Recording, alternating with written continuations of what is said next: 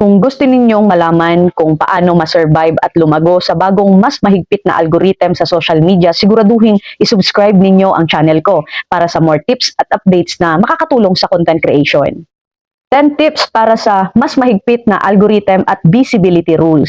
Number 1, gumawa ng original content. Iwasan ng copy-paste. Mas priority ng algorithm ang unique at creative na content. Number 2, quality over quantity. Kapag sinabing quality over quantity, mas mahalaga ang high quality post kaysa sa mag-spam ng maraming low quality content. Number 3, consistency sa posting. Mag-schedule ng regular uploads pero siguraduhin quality pa rin.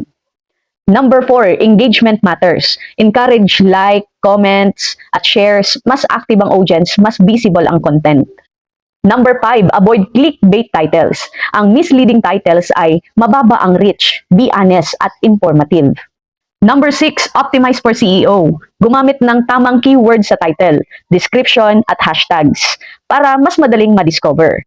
Number 7, short and snackable content. Short videos at posts ngayon ay mas nakaka-attract ng atensyon. Number 8, monitor analytics. Alamin kung anong type ng content ang high-performing at ulitin niyon. Number 9, interact with your audience. Reply ng comment at saka mag-DM para makita ng algorithm na active ang engagement mo. Number 10, stay update sa platform changes. Sundan ang updates at rules at picture ng platform para di ka mahuli sa algorithm shifts. Yan ang 10 tips sa mas mahigpit na algorithm at visibility rules. Remember, hindi laging instant ang grow ng social media. Focus sa original quality at audience connection. Kung gusto ninyo, mas marami pang tips at strategies para i-maximize ang reach ng content ninyo, huwag kalimutang isubscribe ang channel ko para update lagi kayo.